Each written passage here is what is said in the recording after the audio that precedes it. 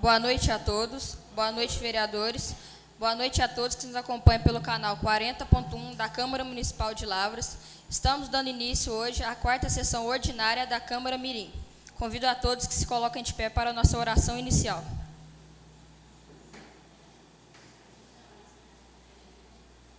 Pai nosso que estás no céu, santificado seja o vosso nome. Venha a nós o vosso reino. Seja feita a vossa vontade, assim na terra como no céu. O pão nosso de cada dia nos dai hoje. Perdoai as nossas ofensas, assim como nós perdoamos a quem nos tem ofendido. Não nos deixeis cair em tentação, mas livrai-nos do mal. Estamos hoje com a presença do advogado Paulo Vitor. Seja bem-vindo. Passo a palavra agora para o nosso coordenador, Rodrigo Iori.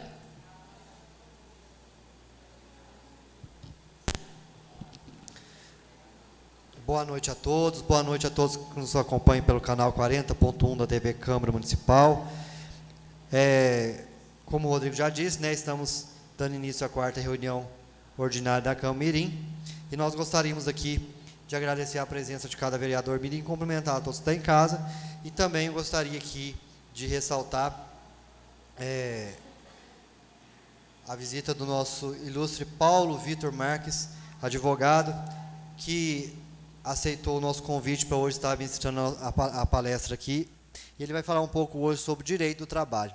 Então, muita atenção, peço silêncio, celulares desligados, como eu já disse, e lembrando que tudo aquilo que for falado aqui será tema também da gincana a ser realizada no início de abril. Ok? Muito bem-vindo. Viu, Paulo Vitor? Fica à vontade. Pessoal, boa noite a todos. Como já foi apresentado aí, meu nome é Paulo Vitor, eu sou advogado aqui em Lavras tem quase 2 anos, me formei na Unilavras em agosto de 2016, e desde então exerço advocacia, tenho um escritório aqui em Lavras, para quem não conhece, chama Vital Advocacia, e nós lá atuamos em diversas áreas, e eu fico responsável principalmente pela área do direito do trabalho.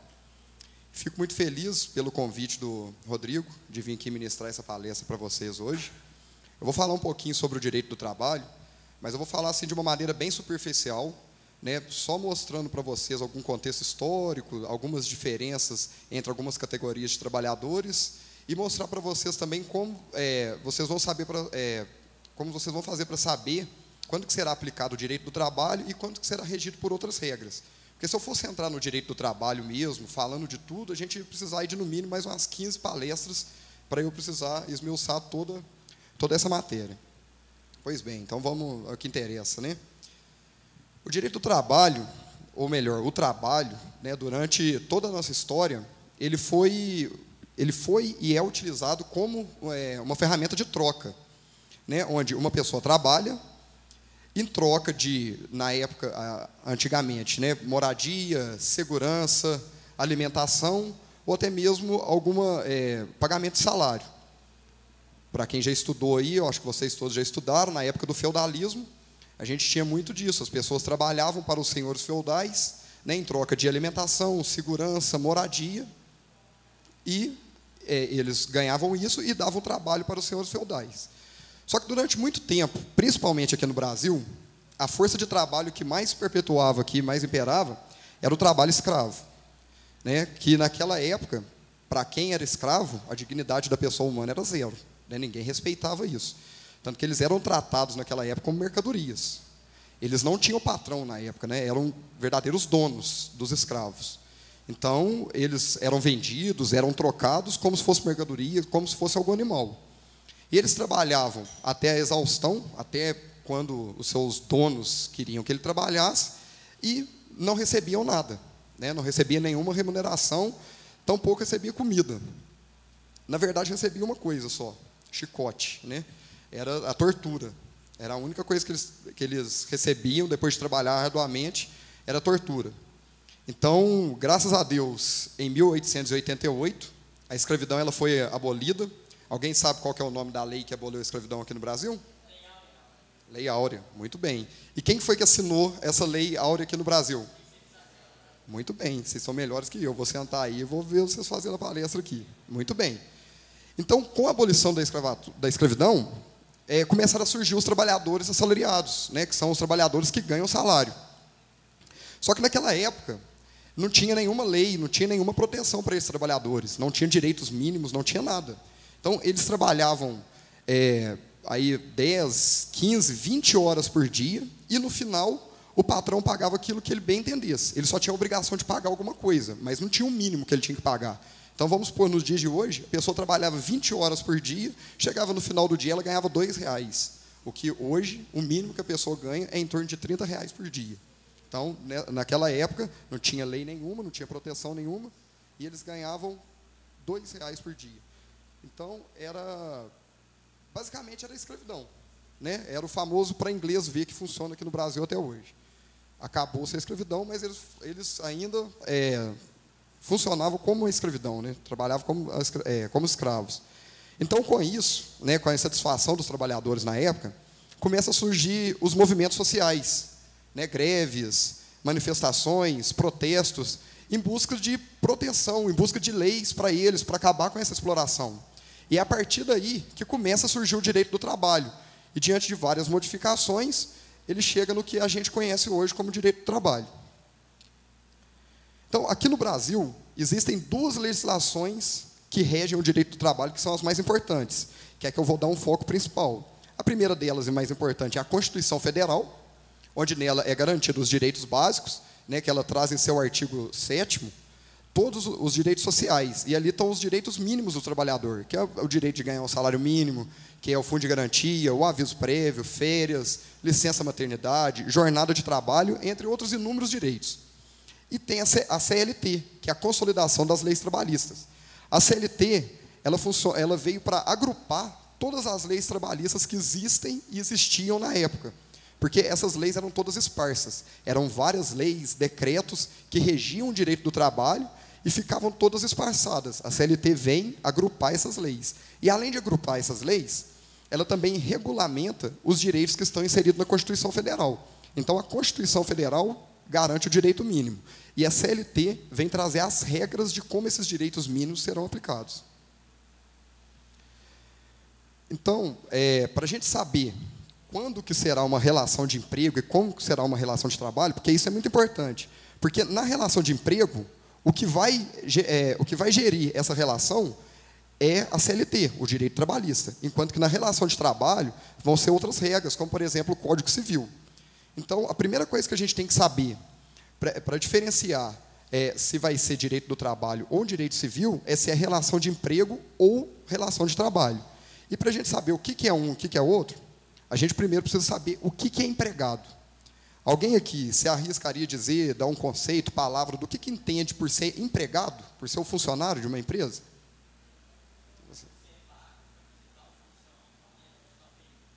Boa, pago para fazer tal função dentro de tal período. Você?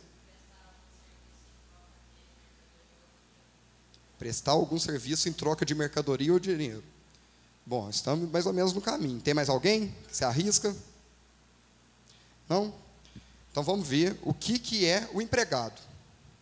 Para caracterizar o empregado, tem que estar presente esses 5 requisitos aqui, que é ele ser pessoa física. Pessoa física somos todos nós. Todos nós somos pessoa física. A diferença de pessoa física e pessoa jurídica é que, basicamente, pessoa jurídica é uma empresa. Então, a pessoa física cria-se uma pessoa jurídica e vai representar ela. São personalidades totalmente diferentes. Então, para ser empregado, ele tem que ser pessoa física, isso aqui é muito importante. Ele tem que prestar um serviço, os dois falaram aí de maneira brilhante. Esse serviço pode ser intelectual ou manual. E esse serviço, ele tem que ser não eventual, ou melhor, habitual. O que é isso? A gente tem que ter a certeza de que o trabalhador vai estar lá. Não pode ser uma coisa que, eu vou trabalhar hoje e depois eu vou voltar quando eu quiser. Não, é aquela habitualidade. Ele tem que sempre estar trabalhando no horário, no dia determinado. O outro requisito, a subordinação. O que é a subordinação? Ele vai cumprir regras de alguém, de algum superior, né, que no caso é o chefe dele. Então, o chefe manda e ele obedece. E o mais importante, que é receber salário.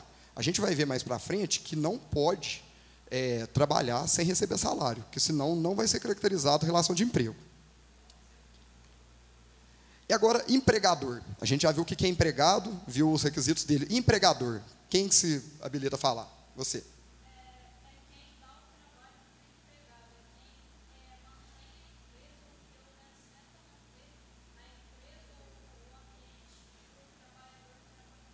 Quem mantém a empresa ou tenta manter a empresa. Quem dá o trabalho para o trabalhador. Isso? Tá. Quem mais? Contratante. Você?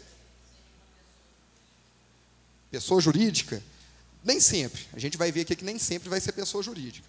Mas é mais ou menos isso aí que vocês estão falando. Então vamos ver quais são os requisitos para ser empregador. Tá vendo? Pessoa física ou pessoa jurídica. Depois, mais para frente, eu vou te dar um exemplo de quando se trabalha para pessoa física. Tá? Então, o empregador pode ser tanto pessoa física quanto pessoa jurídica, enquanto empregado somente pessoa física. Ele tem um poder de direção. Lembra que eu falei lá que o empregado ele tem a subordinação, ele tem que responder a ordens de um superior hierárquico? Aqui, o patrão ele tem um poder de direção. Ele tem esse poder de dar ordem, de ditar as normas, o que ele quer, as metas, os objetivos. Ele tem a obrigação de pagar o salário, que fica mais ou menos dentro daquilo que você falou, e é ele quem assume os riscos do negócio. O que quer dizer isso, de assumir os riscos do negócio? Ele não pode chegar no final do mês, por exemplo, a empresa dele deu prejuízo, e ele virar para o empregado e falar assim, esse mês eu não vou pagar o seu salário não, porque eu fiquei no prejuízo, e aí o mês que vem a gente vê quanto que paga. Não, ele tem que assumir os riscos do negócio. Chegar no final do mês e ele tiver prejuízo, o problema é dele, ele que vai pegar um empréstimo, fazer alguma coisa, mas ele tem que pagar o salário do funcionário no final do mês. Ou então, se não estiver dando conta de pagar, infelizmente que faça rescisão do trabalhador, mas ficar sem pagar ele não pode. Então, quando tiver a figura do empregado e do empregador, para ela se tornar uma relação de emprego, tem que ter o vínculo empregatício. E aí, se tiver o vínculo empregatício, pronto. Aí a gente vai saber que o que vai reger aquela relação ali vai ser o direito do trabalho. E aí tudo que se discutir daquela relação, se for cobrar alguma coisa, ou se for pedir alguma indenização por algum motivo, vai ser tudo discutido na Justiça do Trabalho, porque será todo regido pelo direito do trabalho. E quais são esses requisitos? Isso aqui também é muito importante para vocês, porque é com esses requisitos do vínculo empregatício é que a gente vai saber quando é uma relação de emprego, quando não é uma relação de emprego. Então, para ser relação de emprego, tem que estar esses 5 requisitos, que é a pessoalidade, o empregado ser pessoa física, a subordinação, a habitualidade e a onerosidade. Vou explicar para vocês cada um aqui.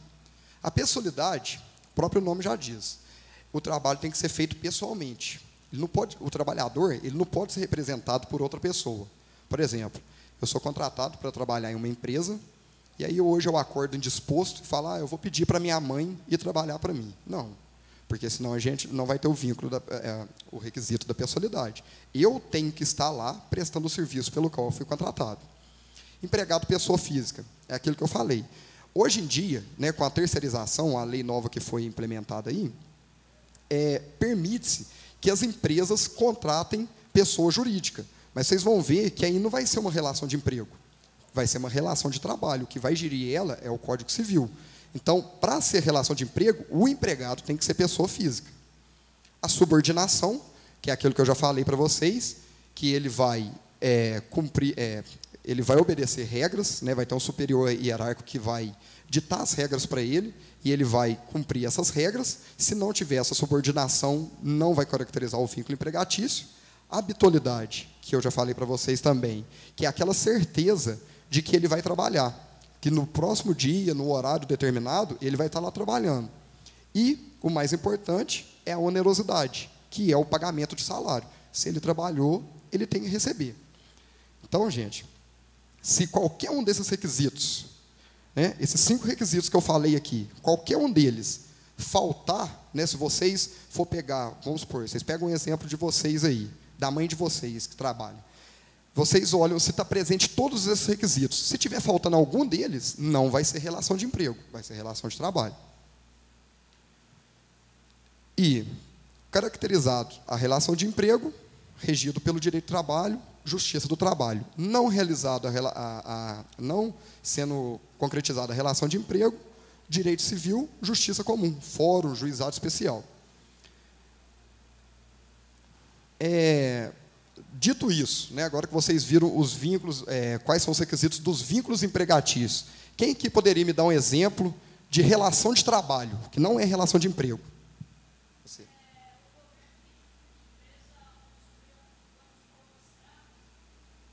O governo pedir para uma empresa construir uma estrada.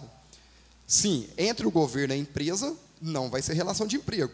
Mas você concorda comigo que os trabalhadores da empresa vão ter relação de emprego junto com a empresa, correto? Você. Freelancers, me dá um exemplo de freelancers. Em qual sentido?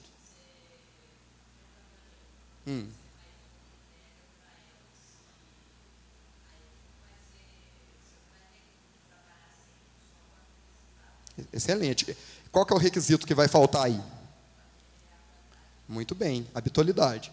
Então, existem vários outros exemplos aqui. Por exemplo, o advogado. O advogado tem seu escritório, ele vai prestar um serviço para uma pessoa, o que vai ser caracterizado é a relação de trabalho. Ele não tem a subordinação, ele não tem a habitualidade. Acabou aquele serviço ali, só se ele for contratado para outro. Mas ele não tem que cumprir regras de algum superior hierárquico, nem nada.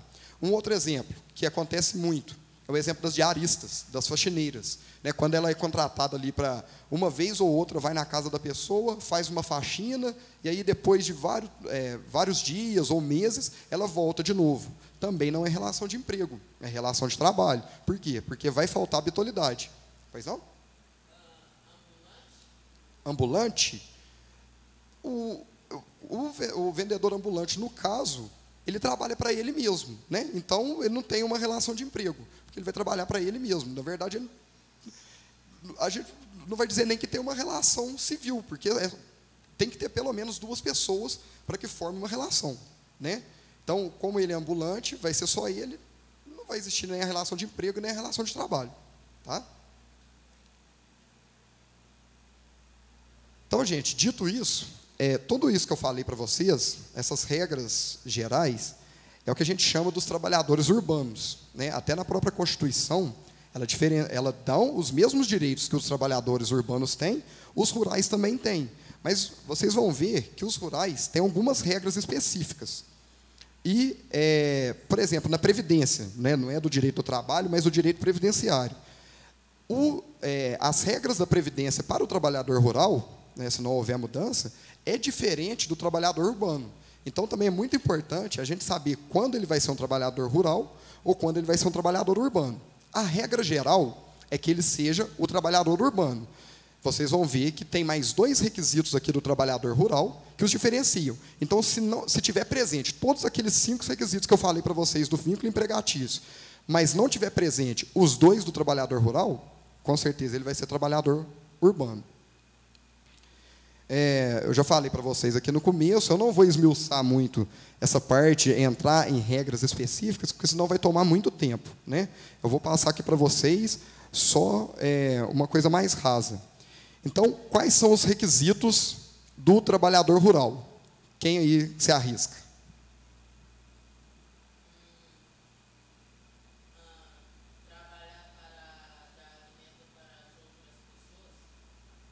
Trabalhar para dar alimento para outras pessoas. A gente vai ver, mais ou menos. Não, aí não é relação de emprego, porque ele vai trabalhar por conta dele. Tá?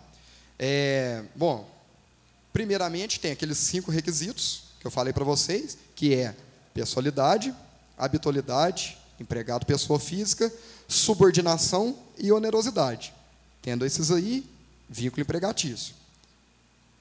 Correto? E aí, tem mais dois requisitos, que é exercer atividade rural e exercer essa atividade rural em propriedade rural ou prédio rústico. Mas o que é atividade rural e o que é propriedade rural? Vamos ver aqui. Atividade rural é tudo voltado para a agropecuária, né? Agricultura, pecuária, o turismo rural, por exemplo, o hotel fazenda. Vamos supor, você tem uma fazenda e você hospeda as pessoas lá e leva as pessoas para fazer trilhas, essas coisas. Esse é o turismo rural. Então, se o trabalhador exercer algumas dessas atividades e tiver aqueles 5 requisitos, ele já é quase um trabalhador rural. Só que aí a gente tem que ver se ele vai cumprir o outro requisito, que é trabalhar em propriedade rural ou em prédio rústico. O que é a propriedade rural? Não sei se vocês sabem, mas todo município ele tem o seu limite e, dentro do plano diretor do município, vai ser delimitado a área urbana do município e, fora dessa área urbana, tudo que pertence ao município é a zona rural. Então, a propriedade rural, o próprio nome já fala, são aqueles imóveis que estão localizados em zonas rurais do município. Então, se ele exercer atividade rural em alguma propriedade rural, pronto, a gente sabe que ele é um trabalhador rural. E o que é um prédio rústico? O prédio rústico não é esses prédios velhos, caindo, abandonados, não é isso não. O prédio rústico é diferente. Ele é um imóvel que tem características de uma fazenda, de um sítio, e que exerce essas atividades, só que esse imóvel fica dentro da zona urbana. Por exemplo, aqui em Lavras, alguém já viu ali que em frente à UPA, né, ou atrás da UPA, tem um pasto grande ali? Ali tem essa atividade rural. Ali a gente pode considerar como um prédio rústico, porque eles exercem atividade rural ali, e está dentro da cidade. Tem também, aqui, eu acho que é próximo da Judite Cândido, aqui na Coab, também tem uma fazendinha lá, onde eles tiram leite, faz queijo. Ali também é um prédio rústico. Mas não necessariamente tem que estar dentro, né, do centro da cidade.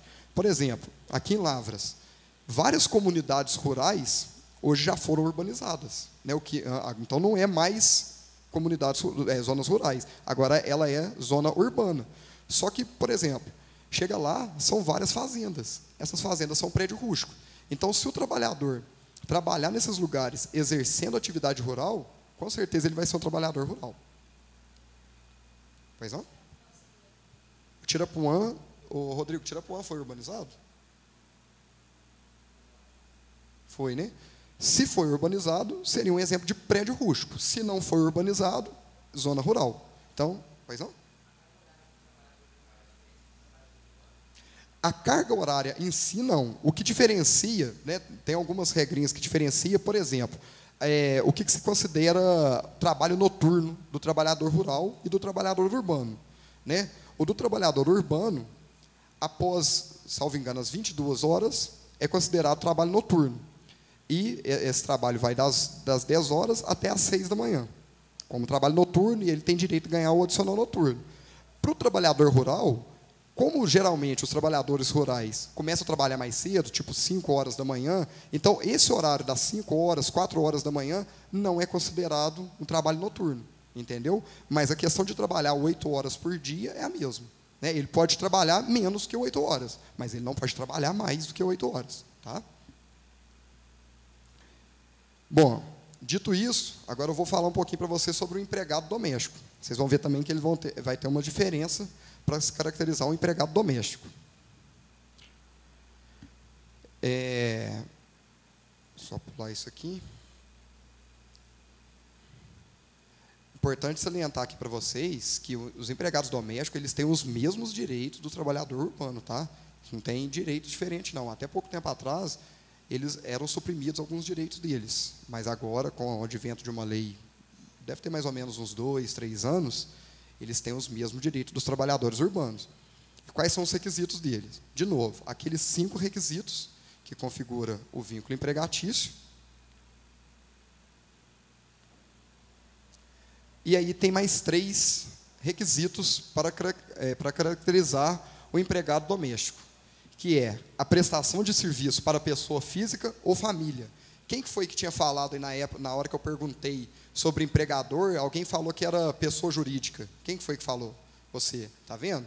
Nem sempre vai ser pessoa jurídica. No caso do empregado, ele necessariamente tem que trabalhar para uma pessoa física ou família. Ele não pode trabalhar para pessoa jurídica. Pois não?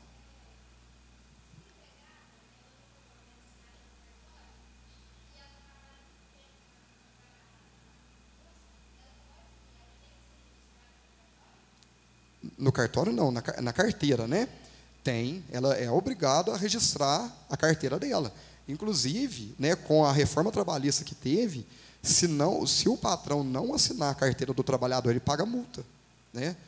E essa multa, ela, se eu não me engano, ela é de no mínimo R$ 800 e pode chegar a valores astronômicos. Então, tem que ser registrado. Todo trabalhador tem que ser registrado.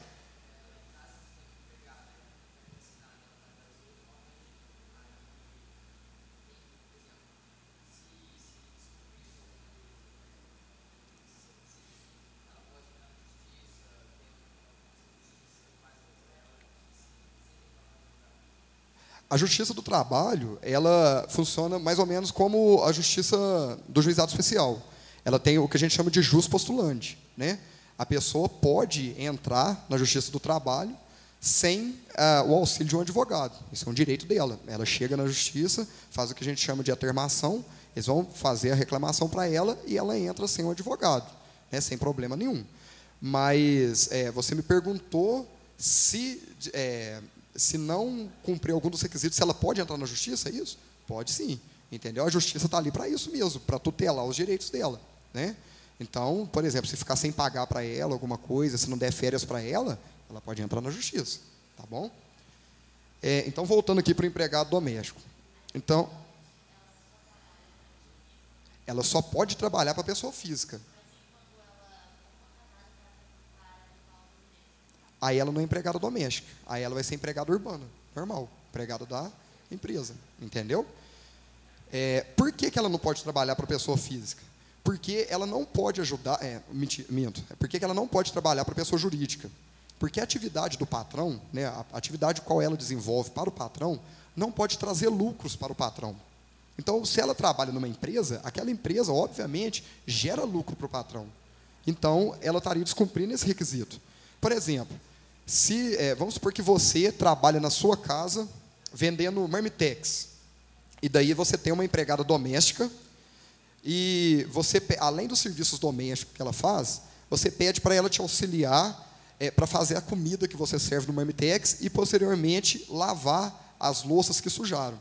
Ela não vai ser empregada doméstica mais, entendeu? Ela vai ser empregada urbana. Pois não?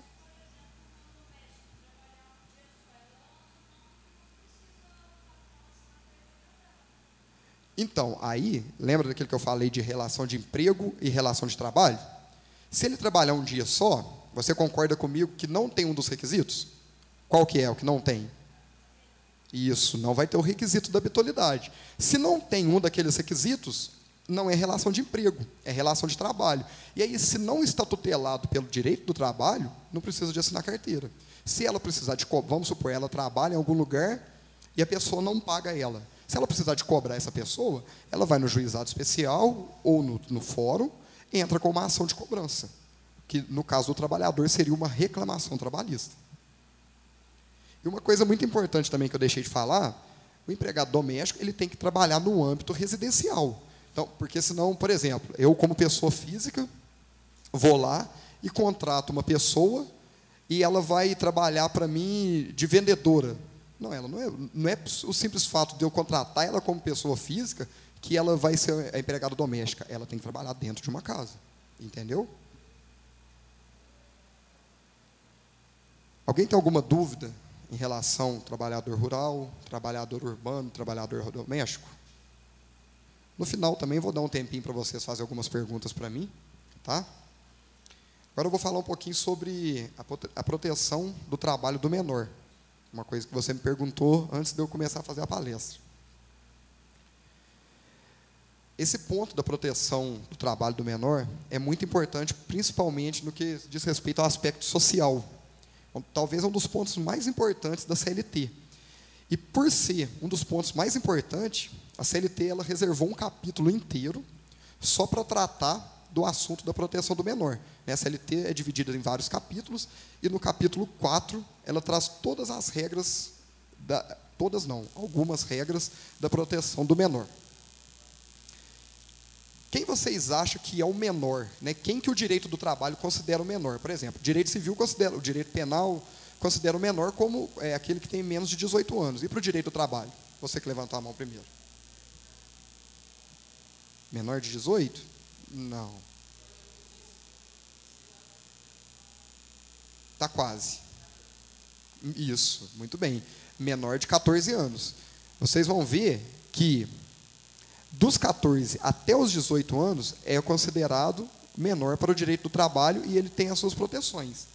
Antes dos 14 anos, também tem proteção? Claro. E a proteção é tão grande que é proibido o trabalho do menor de 14 anos aqui no Brasil. Inclusive é crime, né? Se um menor de 14 anos estiver trabalhando, a pessoa que deu emprego a esse menor de 14 anos, ela pode ser presa por isso, né? Trabalho infantil. Então, dos 14 até os 16 anos, a pessoa só pode trabalhar como menor aprendiz. A gente vai ver isso daqui a pouco. Dos 16 até os 18 anos, ela pode trabalhar normalmente. Lógico, com algumas regrinhas específicas, com algumas exceções. Mas ela trabalha praticamente como se fosse um adulto, né? Como se fosse um maior de 18 anos. Com 16 aos 18, a carteira dela vai ser assinada normal. Só que na assinatura da carteira dela, né, na assinatura do contrato de trabalho, além da assinatura dela e na assinatura do empregador, tem que ter a assinatura do responsável legal dela. Então, eles têm o trabalho normal, como se fosse de um adulto, mas eles não podem trabalhar em determinados locais. Como, por exemplo, locais insalubres, né? Locais que fazem mal à saúde, né? Que pode causar dano à saúde. Então, se for um local insalubre para o adulto, obviamente que o menor não pode trabalhar ali de maneira nenhuma. Trabalhos perigosos, eles não podem exercer trabalhos perigosos, né? Na CLT traz lá quais são os trabalhos perigosos. Por exemplo, aqueles que ficam expostos a explosivos, a materiais inflamáveis. Eles não podem trabalhar assim. Pois não? Uma obra?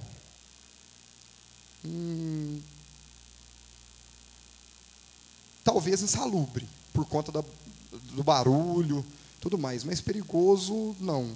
Perigoso, não. Depende. Por exemplo, se você for trabalhar com eletricista, né, de alta tensão, aí vai ser perigo. Tá? Outro local que ele não pode trabalhar, né, outros tipos de empregos que ele não pode. Locais que prejudiquem a formação psíquica do menor, né? Por exemplo, bares, locais que vendem bebida alcoólica, cassino, boates, subsolo. O menor não pode trabalhar em minas de carvão, igual a gente vê aí até hoje, né? Menores trabalhando assim em alguns lugares. Então, esses lugares, o menor não pode trabalhar. E eles também não podem trabalhar em locais que não permitem a frequência dele na escola. Porque o mais importante para a gente, né, para a sociedade, para o Estado, é o menor estudar, né? Então, o Estado dá essa brecha para ele. Fala, você pode estudar e trabalhar, mas só trabalhar e não estudar, isso você não pode. Pois não? Tipo de com menor de 14 anos? Não, de 14 até 16. Aí é o jovem aprendiz. Eu vou mostrar para vocês aqui as regrinhas do jovem aprendiz. Você vai ver aqui daqui a pouco. Eu vou falar disso daqui a pouquinho. Você vai ver aqui.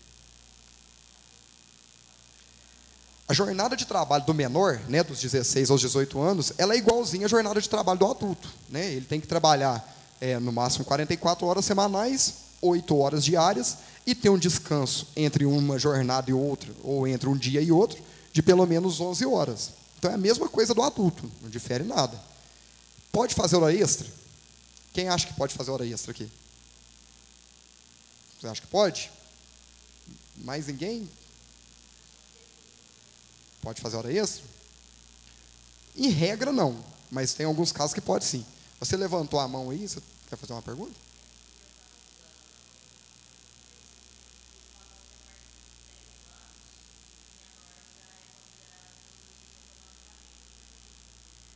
O menor é considerado produtivo economicamente?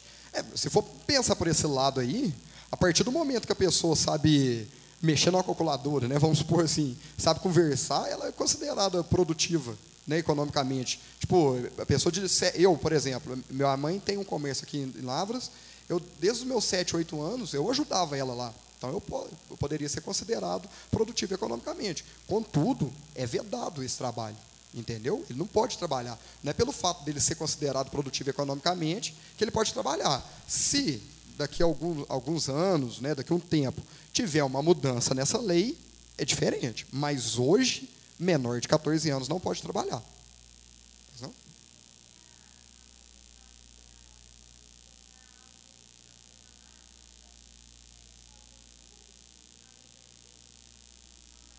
Então, a lei não permite, né? Eu não vou julgar, até porque eu ajudava muito a minha mãe. E, assim, eu, particularmente, acho que não tem nada demais, né? A pessoa trabalhar ali no âmbito familiar, ajudar os pais. Mas o trabalho mesmo é proibido. Por exemplo, se chegar um fiscal do Ministério do Trabalho no local e ver uma criança trabalhando, nossa, dá um problema enorme para a pessoa, dona do estabelecimento. Tá?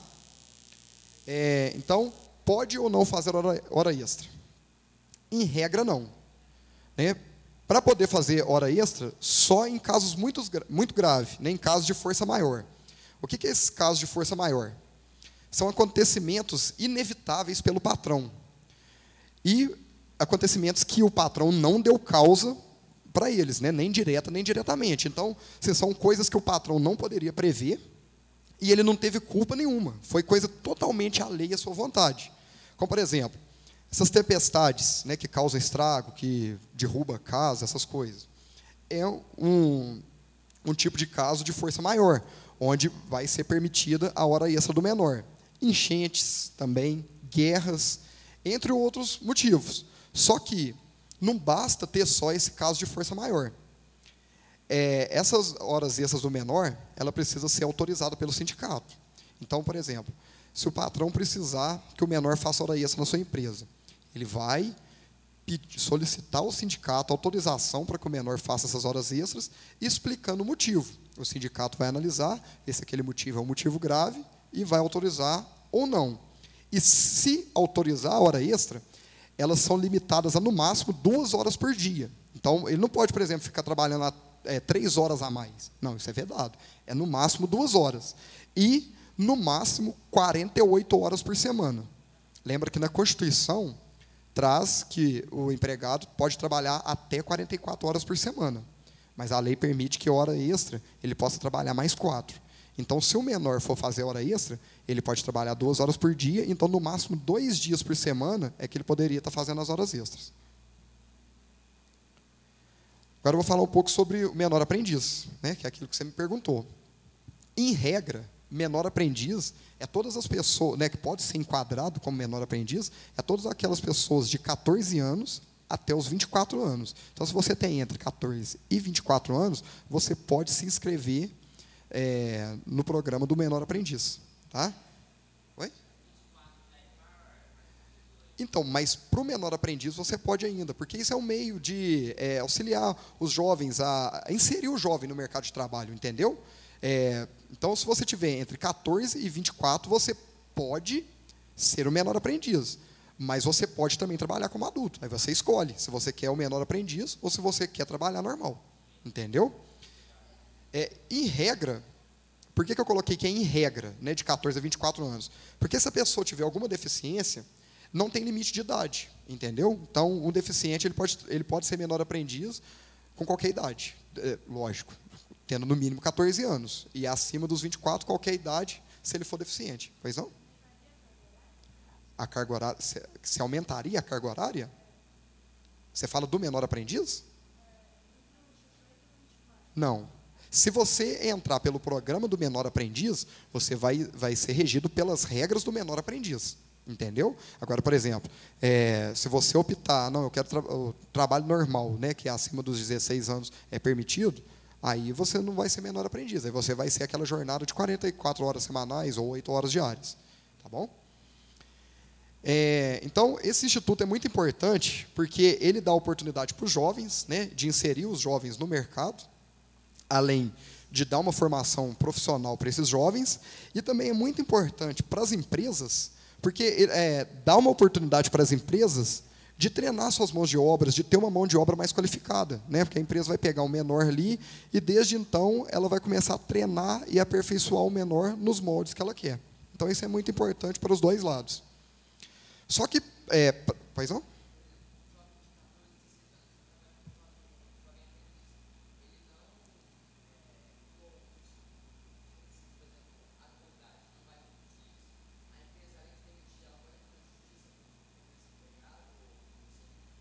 Entrar na justiça contra esse empregado não pode, né? Mas, assim, a não ser que ele faça alguma coisa muito grave, por exemplo, furte a empresa, né? Subtrai algum valor da empresa. Mas o que pode acontecer é que a gente vai ver daqui a pouco que o contrato do menor aprendiz ele tem um prazo, né? E as empresas, a princípio, têm que cumprir esse prazo.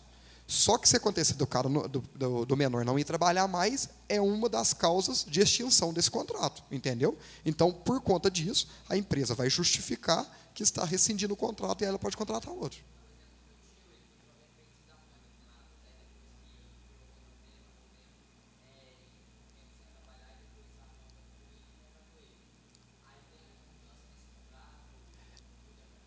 Aí contratou ele como trabalhador normal, né? Aí ele vai obedecer às regras normais, né, de trabalhador. Ele vai ter que ter aqueles requisitos da habitualidade, todas aquelas coisas. Vai ter direito hã?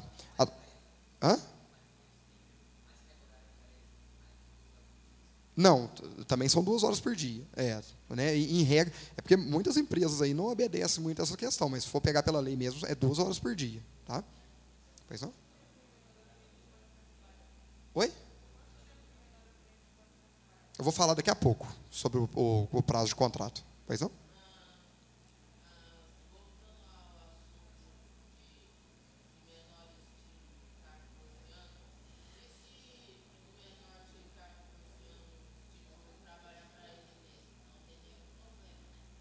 Não. Por exemplo, vamos por vender chup-chup. É isso? Olha, desde que não atrapalhe você na escola, se você quiser fazer isso por conta própria, ninguém vai te impedir, né? Bom que você já tem sua graninha, né? Sua renda. Já dá para comprar as coisas no final do mês, mas é bacana. Mas é aquele negócio, nunca deixe de estudar, tá? Primeira coisa é estudar, pois não?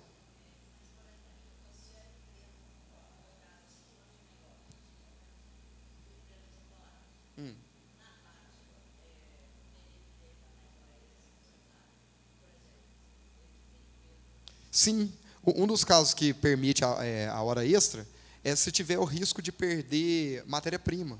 Então, por exemplo, geralmente, igual você me perguntou, empresa de chocolate, eles pedem muita matéria-prima porque na Páscoa aumenta a demanda de chocolate.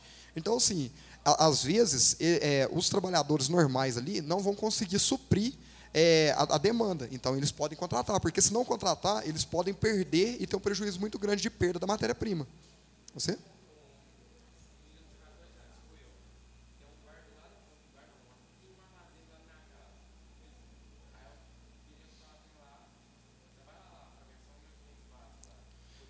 Então, aí não, entendeu? Porque você vai ver que para ser menor aprendiz, é o que eu vou falar aqui, precisa de ter, essa contratação tem que ser intermediada, entendeu? Vai ter um outro órgão que vai intermediar o trabalho do menor aprendiz com a empresa. No caso lá, eu creio que não vai ter essa intermediação. Só ela primeiro que ela levantou.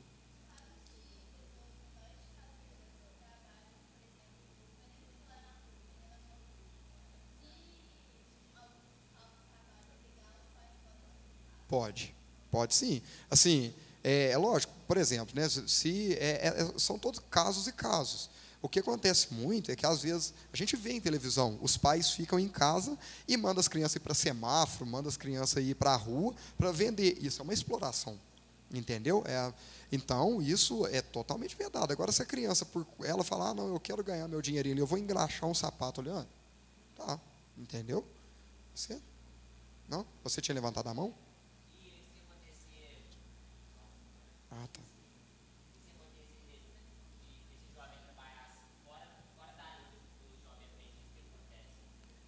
Se acontecer do jovem trabalhar fora da lei do jovem aprendiz, você fala o menor de 16 anos. Não pode. Ele não pode. E ele só pode trabalhar como jovem aprendiz. Entendeu? E aí, é onde eu vou entrar aqui agora. Essa contratação do jovem aprendiz não é qualquer pessoa, por exemplo, eu tenho um comércio e vou contratar o menor de 14 como jovem aprendiz. Não, ela tem que ser intermediada. E ela tem que ser intermediada por entidades de formação técnico-profissional. O que são essas entidades de formação técnico-profissional? São esses serviços nacionais de aprendizagem, né, que a gente conhece aí como o SENAI, o SENAC, o SENAR, o SENAT e o SESCOP.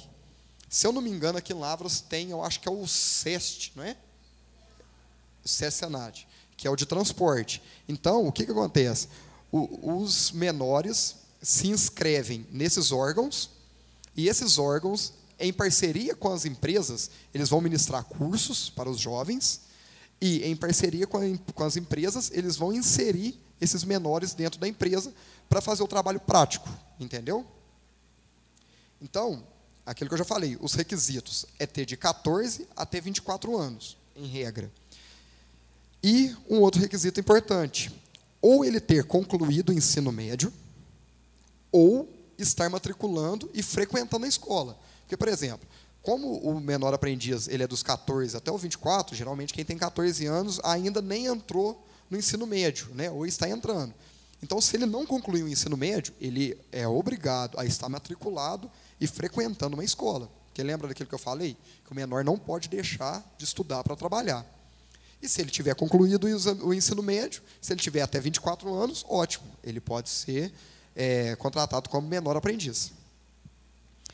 O que é a importância do menor aprendiz? Se ele tiver um desempenho bacana, né, das funções, notas boas, ele pode ganhar um certificado, né, como se fosse um diploma de qualificação profissional. E isso vai ajudar ele no currículo. Então, lembra que eu falei que é uma oportunidade de inserir os jovens no mercado? Então, você já sai, né, além de estar ganhando ali o conhecimento, ali, ganhando o seu salário, você já sai dali com uma formação profissional, entendeu? E, lógico, você tem uma chance muito grande de a empresa gostar do seu serviço e te contratar, né, te efetivar e te colocar como trabalhador normal, que foi o que aconteceu com o seu tio, né, que trabalhava na Honda e depois colocou lá de novo. O contrato do menor aprendiz, ele tem um prazo de 2 anos. Ele não pode estourar esse prazo. É no máximo 2 anos que a pessoa é contratada. Se acontecer algumas coisas antes, por exemplo, ou o jovem não querer trabalhar mais, ou ele tiver várias faltas reiteradas, ou ele fizer uma falta muito grave, por exemplo, furtar dentro da empresa, brigar com alguém dentro da empresa, ou se ele parar de estudar, tudo isso, o contrato pode ser encerrado, né? Se a empresa também fechar. Pois não? Sim. Não, aí não pode. Entendeu? Aí é só se a empresa quiser contratá-lo, normal. Então, por exemplo, se ele já tiver mais de 16 anos ou 18, e a empresa quiser contratá-lo como funcionário mesmo, aí pode. Mas como jovem aprendiz, é só 14 anos. Você. Ele recebe, em regra, recebe menos. Se a empresa quiser pagar mais, tudo bem. Na verdade, não é que ele recebe menos do que o salário mínimo. Ninguém pode receber menos que o salário mínimo. Só que a jornada de trabalho dele é menor. Né? A carga horária dele, até eu coloquei aqui, é de 25 horas. Ele pode trabalhar, no máximo, 25 horas por semana. Então, se ele trabalha menos, lógico que ele vai receber menos. Entendeu? Então, por exemplo, você tem que pegar o salário, dividir pela quantidade de horas e multiplicar. Vamos supor, você pega o salário e divide por 220, que em regra são as horas que a pessoa trabalha no mês. E aí multiplica quantas horas que ele trabalha. Então, se ele trabalha 25 horas por semana, só você pegar o valor da hora mínima e multiplicar por 25 por semana. Pois não?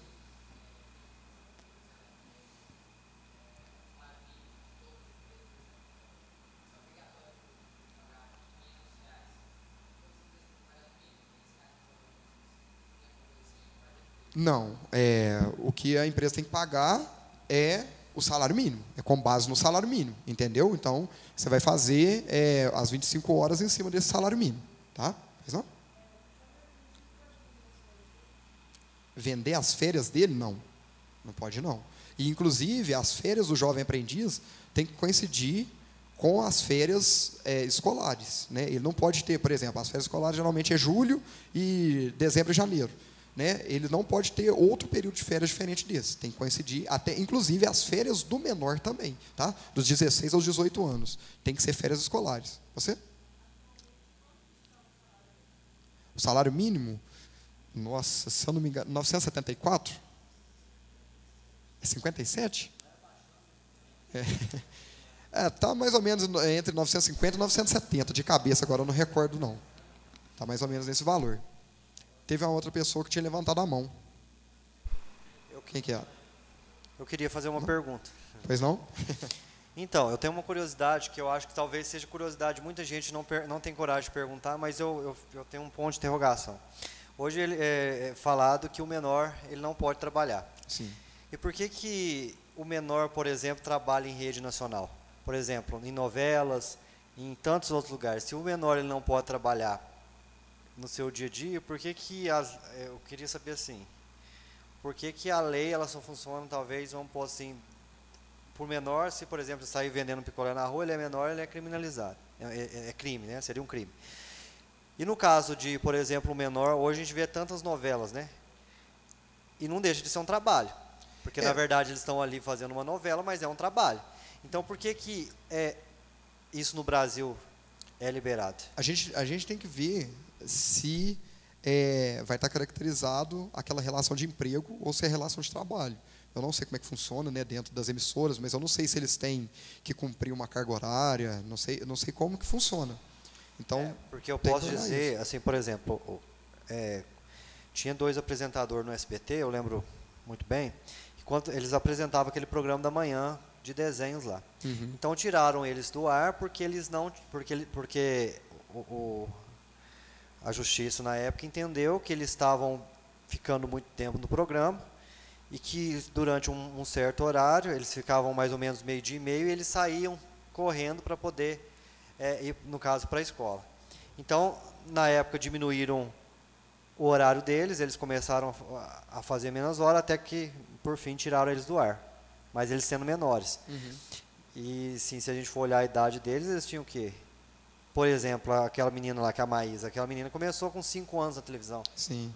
Aí, assim, meu questionamento é esse, porque não deixaria de ser um trabalho, né? Aí, igual você falou, tem alguma diferença, mas... assim, eu, particularmente, nunca tinha parado para pensar nisso aí, né? Mas uma das coisas que a gente tem que ver é isso, se tem a questão do vínculo empregatício ali, né? E aí, mas igual você mesmo falou, a própria justiça tinha proibido isso, né? Então, é complicado essas coisas. Uma outra coisa também importante falar do menor aprendiz é que também há anotação na carteira, viu, gente? Quando eu coloco o CTPS ali, quer dizer carteira de trabalho, tá? Então, o menor aprendiz vai ter a anotação do contrato dele na carteira também. E aí, é uma coisa que ele tinha me perguntado ali, né, se você tinha interesse de trabalhar e tal, como faz para você se inscrever no programa do menor aprendiz? Então, você, nesses órgãos que eu te falei, né, que são os serviços nacionais, se você for lá, você pode se inscrever lá. Aqui em Lavras, que eu sei de cabeça, é só o Cercenat, eu não sei se tem outro desse serviço. Mas você vai lá, se inscreve, e aí as empresas parceiras deles, quando tiver vagas, você pode ser selecionado. Por exemplo, eu sei que aqui em Lavras, a Caixa tem esse programa do menor aprendiz, né? No caso é nacional. O Banco do Brasil, o Rex tem também? Eu não sabia. A Expresso Nepomuceno tem. Americanas tem também? O Banco do Brasil tem. A partir de 16? Ah, tá. Ô, Paulo, a gente tem também, inclusive, a Autotrans, que a gente pode ressaltar aqui até a importância desse projeto, que a gente tem a Ariadna, que era presidente da Camirim, e ela está ali como menor aprendiz lá na Autotrans. Bacana, a Autotrans eu não sabia que tinha. A HI também, se eu não me engano, também tem isso. Então, ou vocês podem procurar esses serviços nacionais, né, e falar que querem se inscrever, quando surgir alguma vaga, né, vocês serão chamados, porque vocês fazem como se fosse um curso. Ou então pela internet também, através dos sites, né, desses sistemas nacionais aí, vocês conseguem se inscrever. Eu confesso que pela internet, eu fiz uma pesquisa antes de montar a palestra aqui, eu achei um pouco difícil de localizar, sabe? Não está muito claro, não. Mas se vocês procurarem esses órgãos, vai ser mais fácil. Pois não? Não entendi. O que tem que colocar mais ou menos num currículo? Aí depende muito, né? Mas basicamente, você tem que colocar seu nome, a sua idade, endereço, o nível de escolaridade que você tem. Na verdade, você tem que colocar aquelas informações que você acha mais importante para aquele trabalho que você está tentando. Entendeu? Não adianta você colocar muita informação e não ter importância para a pessoa, que ela vai acabar não lendo, e não adianta você colocar informação de menos. Você tem que filtrar e ver o que é importante de você falar para a pessoa que vai te contratar. Pois não?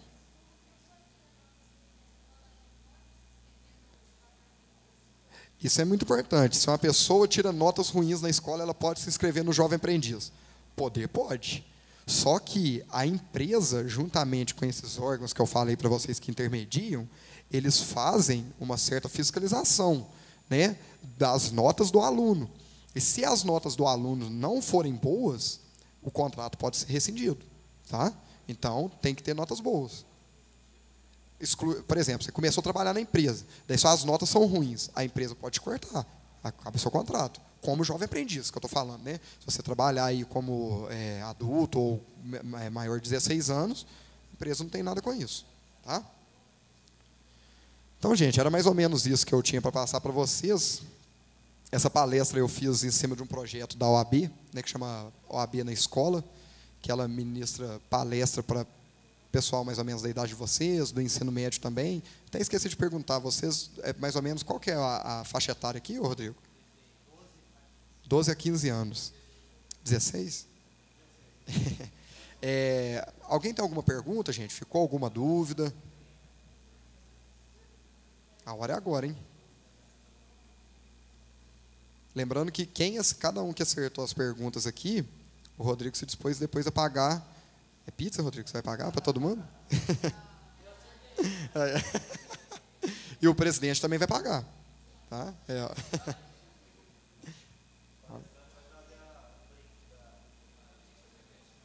Ó. Vai ser um ingresso para assistir a Copa do Mundo. Tá? Em casa. Gente, alguém tem alguma pergunta para fazer? Algo mais? Bom, então, muito obrigado pela atenção de vocês. Agradeço de novo ao Rodrigo pelo convite. Obrigado. E eu vou deixar meu contato com o Rodrigo aqui. Se vocês precisarem de qualquer coisa, eu estou às ordens, tá?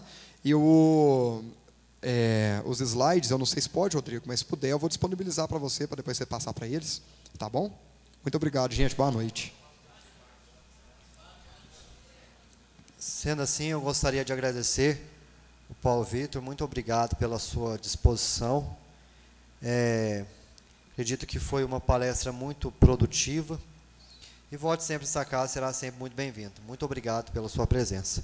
Sendo assim, eu passo a palavra para o nosso presidente desta casa, da Camirim, Rodrigo, e ressalto que após a reunião, nós faremos a eleição da vice-presidência desta casa, visando que a vice-presidente está na terceira falta, portanto, não poderá continuar a assumir o cargo de vice-presidente.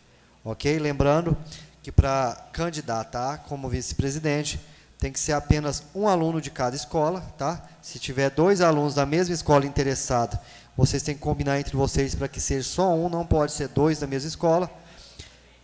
Depois nós faremos um sorteio para escolher 4 desses alunos, e os alunos votarão entre eles quem será o vice-presidente da Camirim de 2018, junto com o nosso parceiro Rodrigo. Passa a palavra para o Rodrigo para fazer as considerações finais. A Câmara Mirim agradece a presença do advogado Paulo Vitor. Volte sempre e, com as bênçãos de Deus, declara essa sessão encerrada.